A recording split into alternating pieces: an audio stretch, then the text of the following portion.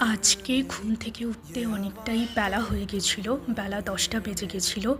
কেননা কাল রাতে আমার ঘুম হয়নি ঠিকঠাক, শরীরটা খারাপ ছিল তাই।